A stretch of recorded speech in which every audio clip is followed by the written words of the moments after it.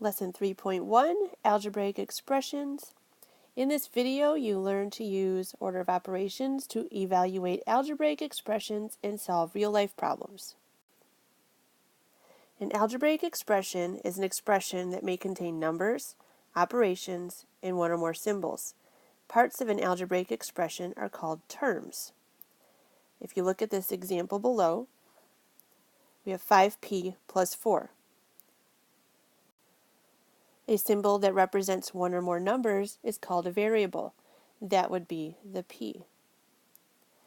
The numerical factor of a term that contains a variable is a coefficient. That would be the 5. That's whatever is in front of the variable. A term without a variable is called a constant. That would be a 4. That is just a standalone number that doesn't have any variable right directly next to it.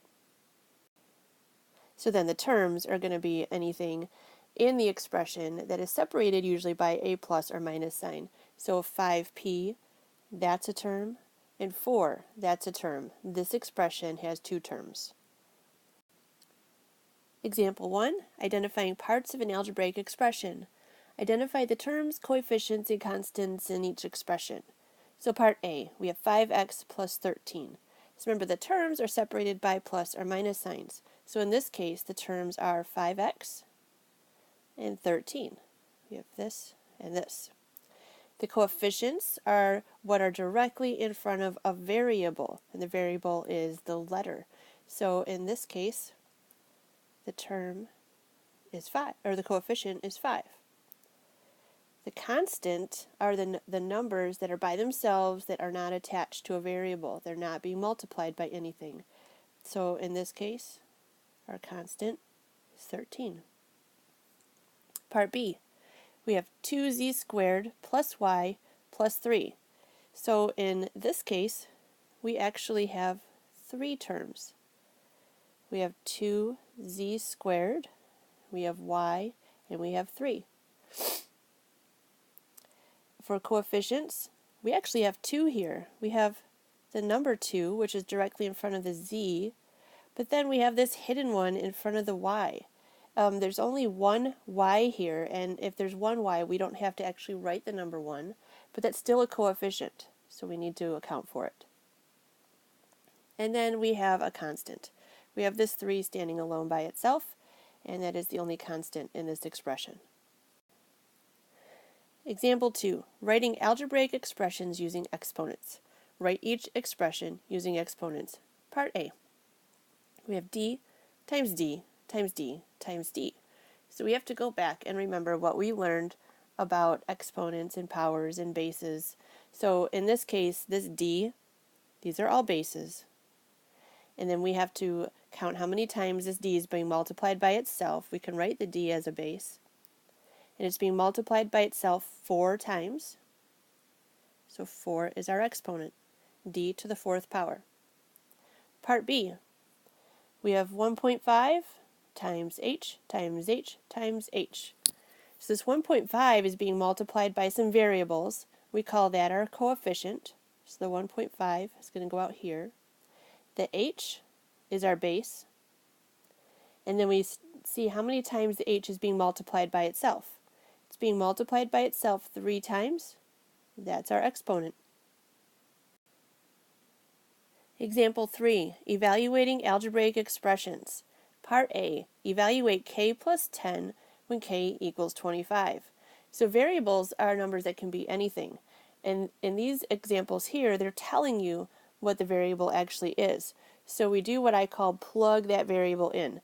So instead of k, we're actually going to write 25. And I'm going to write 25 plus 10 now, instead of k plus 10.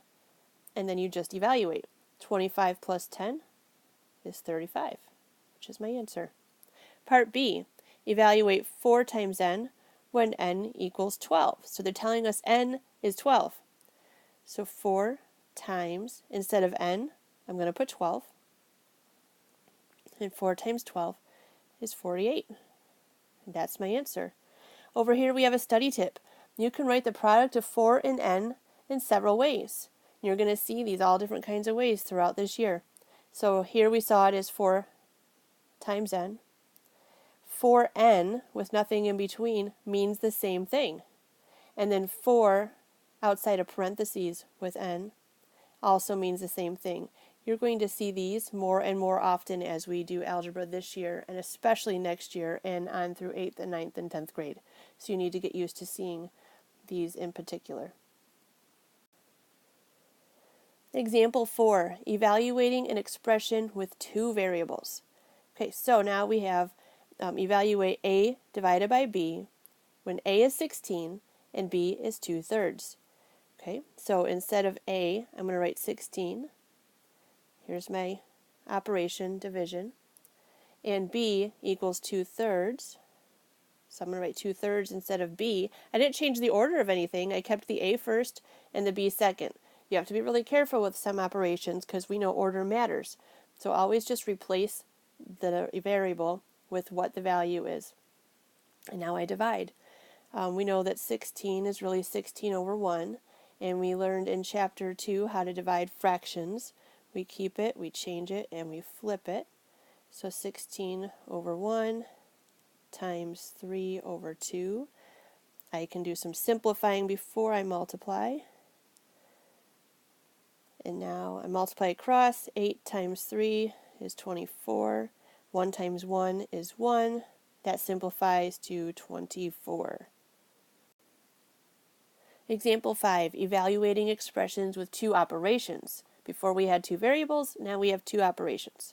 Evaluate 3x minus 14 when x equals 5. So I'm going to rewrite this, but now instead of x, I'm going to put 5. So remember that study tip.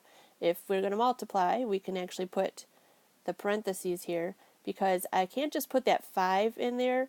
Off to the side, I'll write this. If I just put a 3 and then instead of x, I put a 5, that means 35, and that's not what they're intending here. 3x means 3 times x. So I need to actually indicate that I'm going to multiply the 3 times the value of x, which is 3 times 5. All right, and then minus 14. Now we have to follow the rules of PEMDAS, so it's always a good idea to write that somewhere where you're working. And now I multiply before I subtract. So 3 times 5 is 15, and now I can subtract 14, and then 15 minus 14 is 1. So the answer for that one is 1. Part B, evaluate z squared plus 8.5 when z is 2. So we have to remember our rules for exponents and PEMDAS here. Remember, I keep telling you that things keep coming up from previous chapters, so we can't just forget them. So 2 times is 4 because exponents come before addition, plus 8.5. And when I add those up, I actually get 12.5. Okay, example 6, a real-life application. You're saving money to buy a skateboard. You begin with $45 and you save $3 each week. So the expression 45 plus 3W gives the amount of money you save after W weeks. So how much money will you have after 4 weeks? Let's figure that out.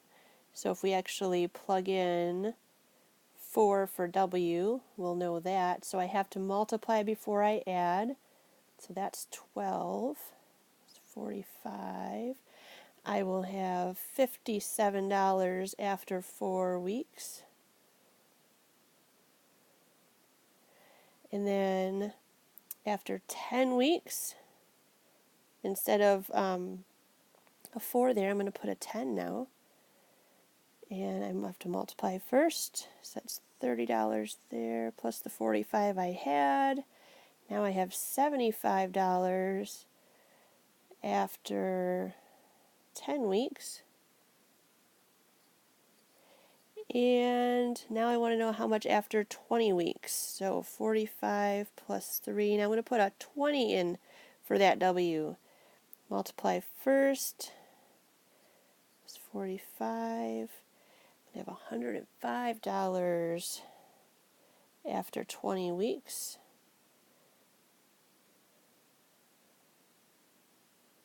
Okay, so that skateboard costs $125.